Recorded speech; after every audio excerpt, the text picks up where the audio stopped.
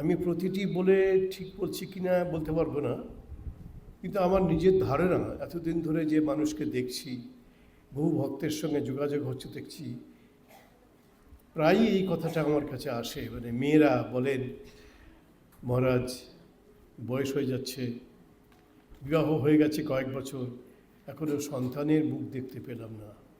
এটা খুব কষ্ট দেয় আমাদেরকে বা আমাকে। তো এটা একটা অবধারিত সত্য যে প্রায় প্রতিটি মেয়ের মনে মা হবার একটি সুপ্ত আকাঙ্ক্ষা আছে। আমাদের মা সারদা দেবী, তার মনেও ছিল। তার জীবনীতে আমরা দেখি, তিনি বলছেন যে ছোট বয়সে, কম বয়সে, হয়তো 18-20 বছর বয়সে তিনি প্রকাশ করছেন, আমার কি একটি সন্তানও হবে না? মা এটা প্রকাশ করে ফেলেছে ওই বয়সে, আমার কি একটি সন্তানও হবে না? এই যে মনস্তাপ, এই যে মনে একটা দুঃখ, বেদনা, সন্তানহীনতার যন্ত্রণা তাকে পীড়া দিত। একদিন এই কথাটা শ্রীরামকৃষ্ণের সামনে তিনি, অত প্রকাশ্যে না কিন্তু পরোক্ষভাবে প্রকাশ করেছিলেন। শ্রীরামকৃষ্ণ তাকে বলেছিলেন, তুমি একটি সন্তানের জন্যে ব্যাকুল হচ্ছ? আমি তোমাকে এমন সন্তান সব দিয়ে যাব, মাথা কেটে তপস্যা করলেও এমন সন্তান মানুষ পায় না। এই যে শ্রীরামকৃষ্ণের এই বাক্যটি তাকে কতখানি সান্ত্বনা দিতে পেরেছিল, বা তাৎক্ষণিকভাবে তার যে আকুতি আকাঙ্ক্ষা সেটিকে প্রশমিত করতে পেরেছিল কিনা জানি না। কিন্তু শ্রীরামকৃষ্ণের কাছে এই কথা শোনার পরে মা নিশ্চয়ই কিছু শান্ত হয়েছিলেন।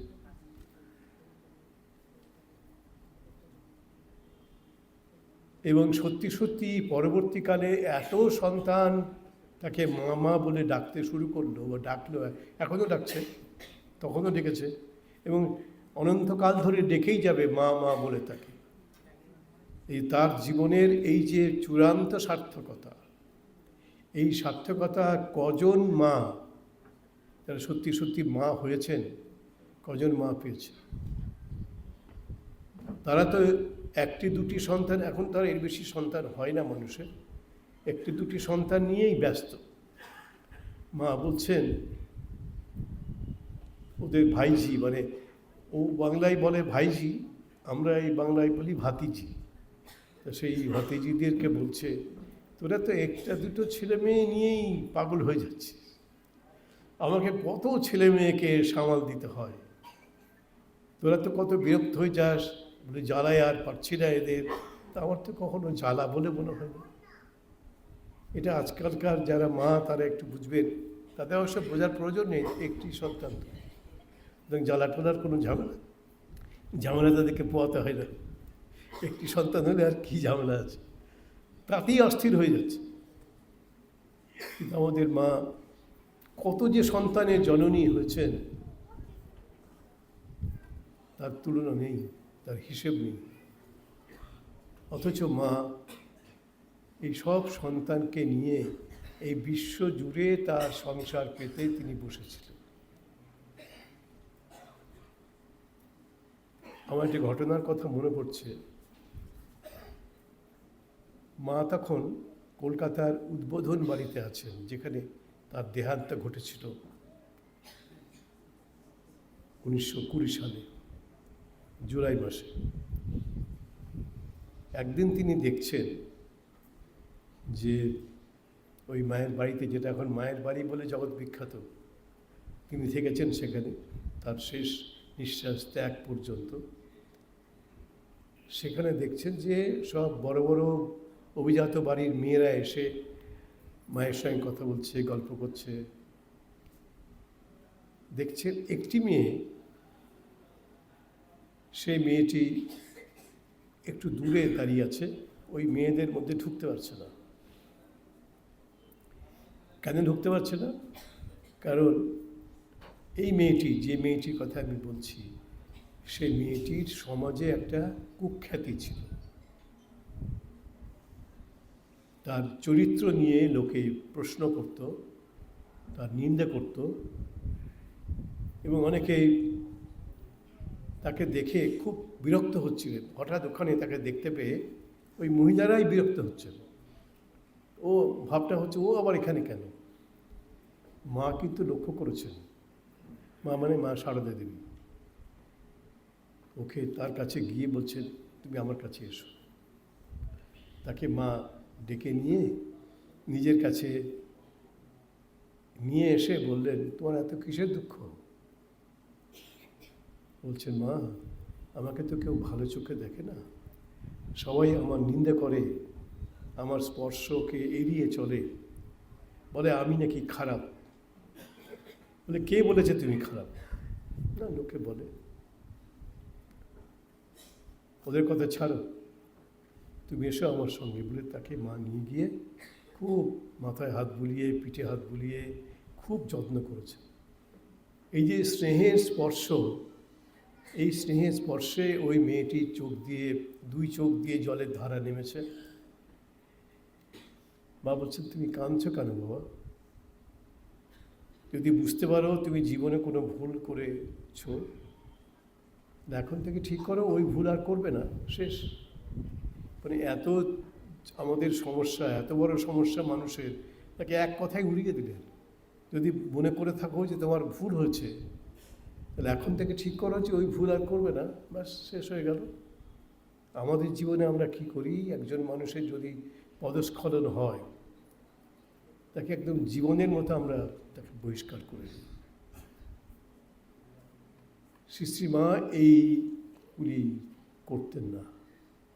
শুধু করতেন না তা নয়, যারা এরকম স্খলিত জীবনের অধিকারী বা অধিকারিণী হয়েছেন, তাদের প্রতি মায়ের ছিল অসাধারণ ভালোবাসা এবং মমতা। একদিন ওই যে মেয়েটিকে এত মা ভালোবাসছেন, এই মেয়ে মহলে একটা সমালোচনার ঝড় উঠে গেল। যারা এখানে মহিলারা আছেন কিছু মনে করবেন না, এই সমালোচনা কিন্তু পুরুষদের দিক থেকে আসে না, এটা মেয়েদের দিক থেকে আসে। সব মেয়ে যে এর মধ্যে ইনভলভ হয়ে যান তা বলছি না, অধিকাংশ ক্ষেত্রে দেখা যায় যে মেয়েরাই এই সমালোচনা করে। তো সেই মেয়েটির কথা বলছিলাম, ওই মেয়েটি মায়ের কাছে এত ভালোবাসা আদর পেয়ে সে প্রতিদিন আসতে শুরু করল, এবং সে আসাতে ওই অন্যান্য অভিজাত বাড়ির মহিলারা যারা মার কাছে আসতেন, গল্প করতেন,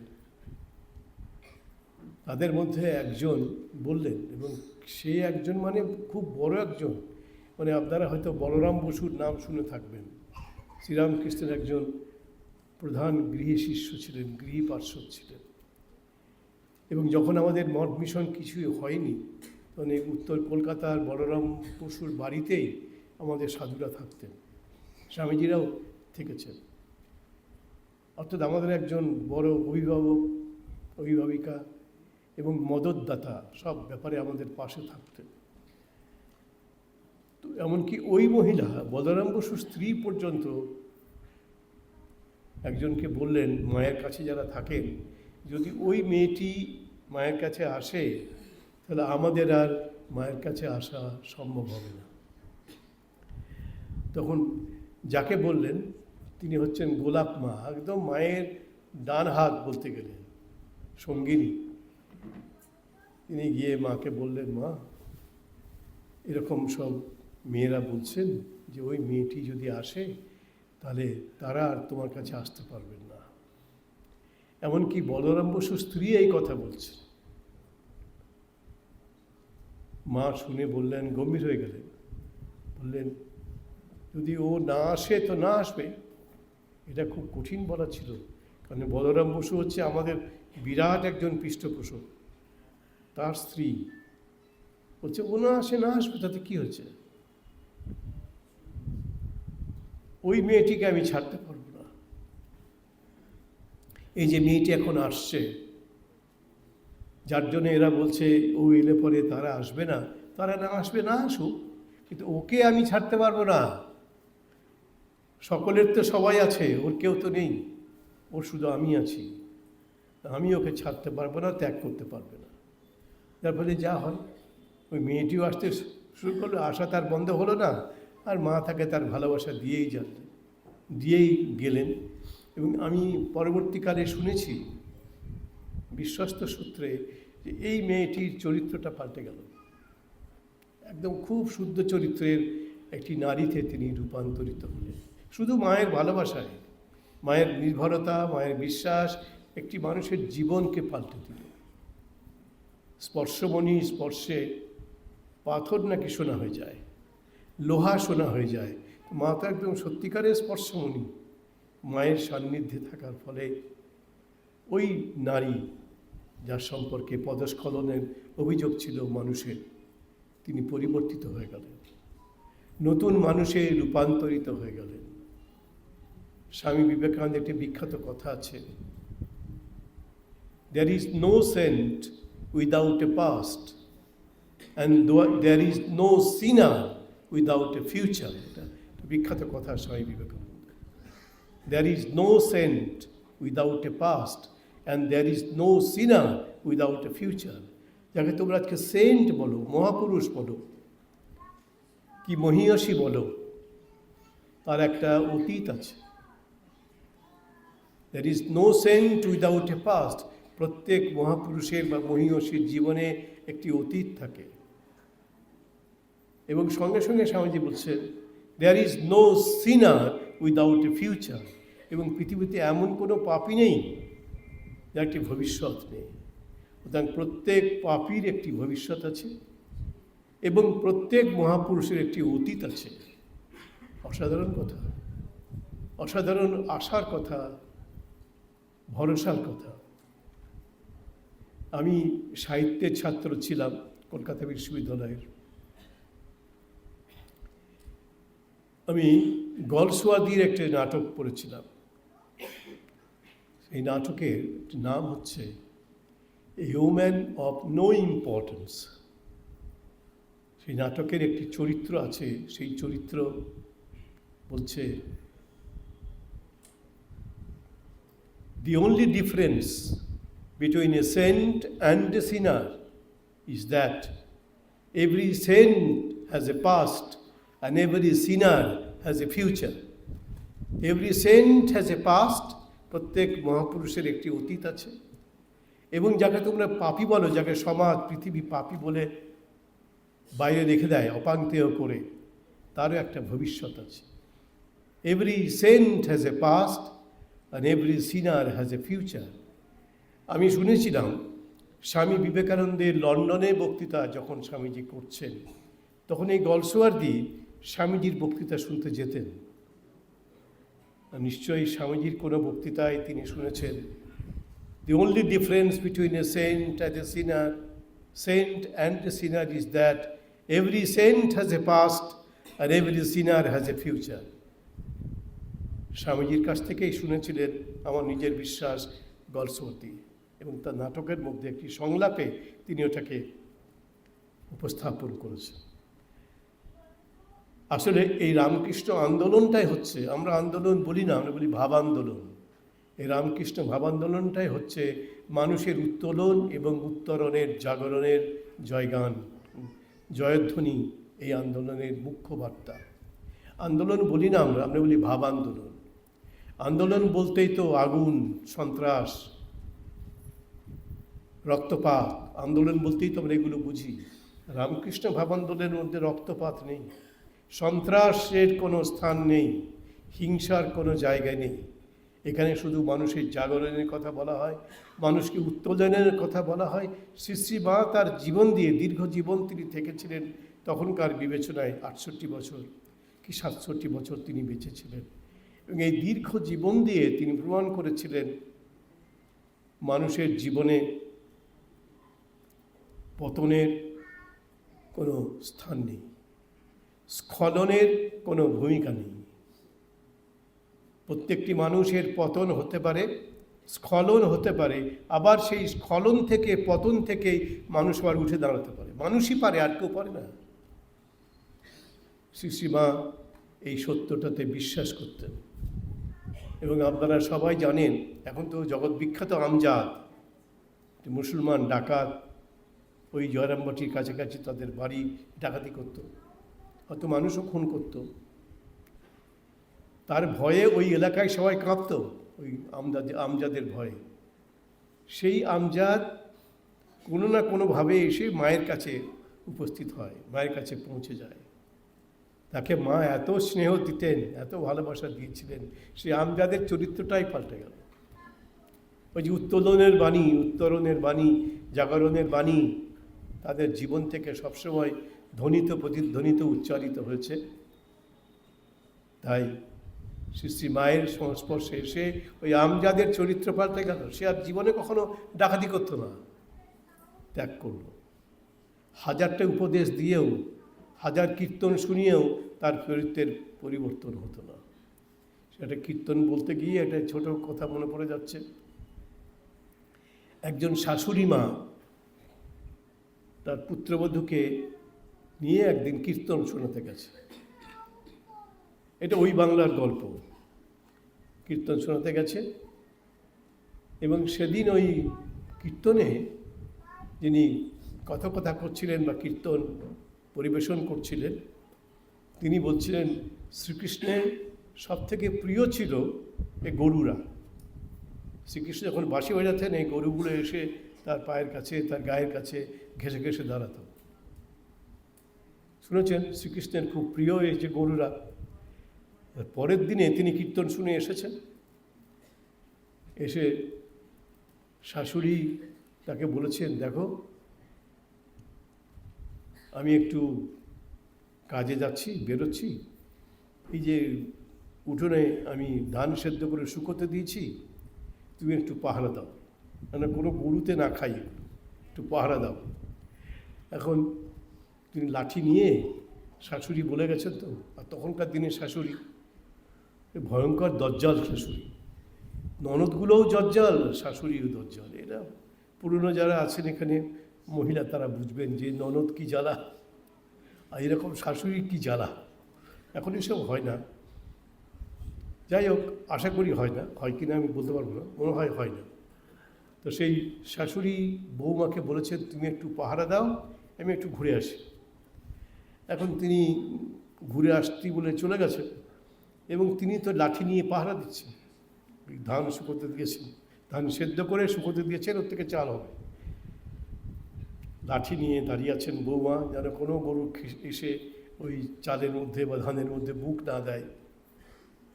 ইতিমধ্যে দেখছেন যে একটা গরু এসে, প্রথমটাই লাঠি দেখে একটু থমকেছিল, দেখছি কিছু মারছে না, কিছু করছে না, তারাও দিচ্ছে না, তো ধানটা খেতে শুরু করলো। এই যে বৌমা লাঠি হাতে পাহারা দিচ্ছিলেন, তিনি প্রথমে লাঠিটা নিয়ে গেলেন মারবেন বলে, মারতে গিয়ে আর মারতে পারলেন না, আবার ফিরে এলেন। ইতিমধ্যে শাশুড়ি মা ফেরত এসছেন বাড়িতে, এসে দেখছেন যে ধান সব শেষ, গরুতে সব খেয়ে নিয়েছে।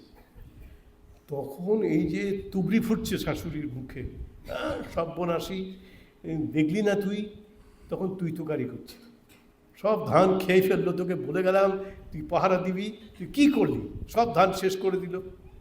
শাশুড়ি মাকে বলছেন এই পুত্রবধূ যে, মা আমি তো পাহারা দিচ্ছিলাম, তাতে কোনো গরু এসে না খায় আমি দেখছিলাম, কিন্তু দেখলাম কালকে যে আপনি আমাকে নিয়ে গেলেন ওই কীর্তন শোনার জন্যে, সেই কীর্তন যিনি গাইছিলেন তিনি বললেন এই গরু হচ্ছে ভগবান শ্রীকৃষ্ণের অত্যন্ত প্রিয়।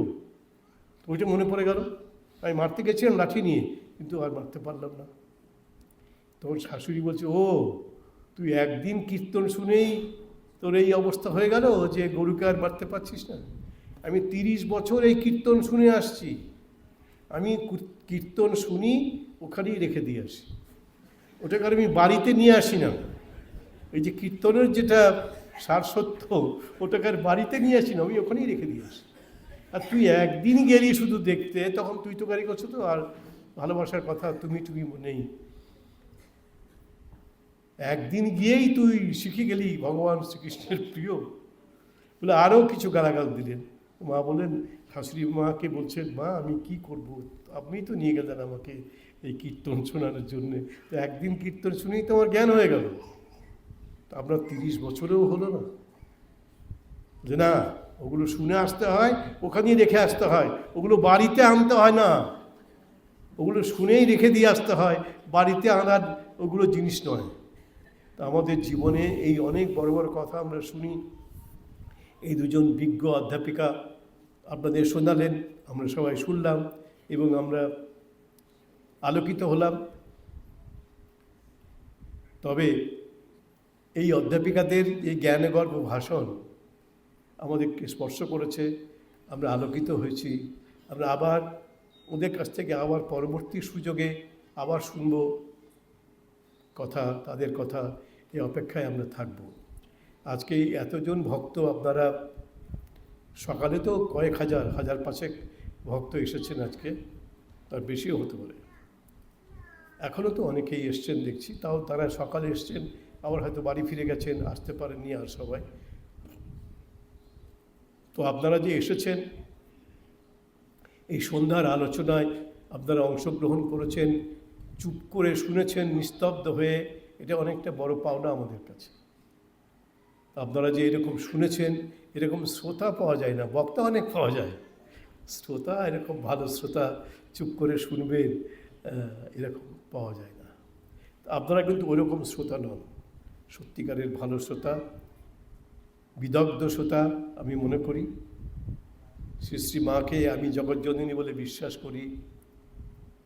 আমি 14 বছর ওই উদ্বোধনে ছিলাম, যেখানে মা তার জীবনের বেশ কয়েকটি বছর কাটিয়েছিলেন এবং তার শেষ নিঃশ্বাস ত্যাগ করেছিলেন। ওটি আমার জীবনের পরম সৌভাগ্য বলে আমি বিশ্বাস করি।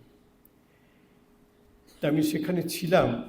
আমি বিশ্বাস করি যে যেহেতু আমি 14 বছর মায়ের কাছে ছিলাম, মায়ের বাড়িতে, 14 বছর বলতেই আমাদের হিন্দুদের মনে হয় 14 বছরের রামচন্দ্রের বনবাস। তা আমি এই 14 বছরে কিন্তু বনবাসে ছিলাম না, মহা আনন্দ ছিলাম। প্রতিটি দিন আনন্দের দিন ছিল এবং সে আনন্দের মধ্যে আমি কাটিয়েছি এবং প্রতিদিন আমার নতুন করে জন্ম হয়েছে, আমি বিশ্বাস করি। আজকে আপনাদের সামনে পেয়ে শান্তভাবে শুনছেন, কোনো কথা নেই, কোনো আলোচনা নেই, তাতে আমি উৎসাহিত হচ্ছি। তবে বেশি আর উৎসাহিত হতে যাব না, এখন কথা আমি শেষ করছি। আপনাদেরকে পুনরায় আমি আমার পক্ষ থেকে এবং আমাদের এই আশ্রমের পক্ষ থেকে, সাধু ব্রহ্মচারী আমরা যারা এখানে আছি, কর্মী, তাদের সকলের পক্ষ থেকে আপনাদেরকে আন্তরিক ধন্যবাদ, আপনাদের কাছে আমাদের অশেষ কৃতজ্ঞতা আমরা জ্ঞাপন করছি। আপনারা সবাই ভালো থাকবেন,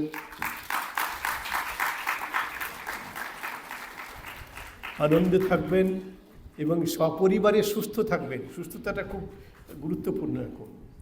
যেমন শারীরিকভাবে সুস্থ থাকবেন, তিনি মানসিকভাবে সুস্থ থাকবেন এবং আধ্যাত্মিকভাবেও সুস্থ থাকবেন। সবাইকে ধন্যবাদ এবং নমস্কার।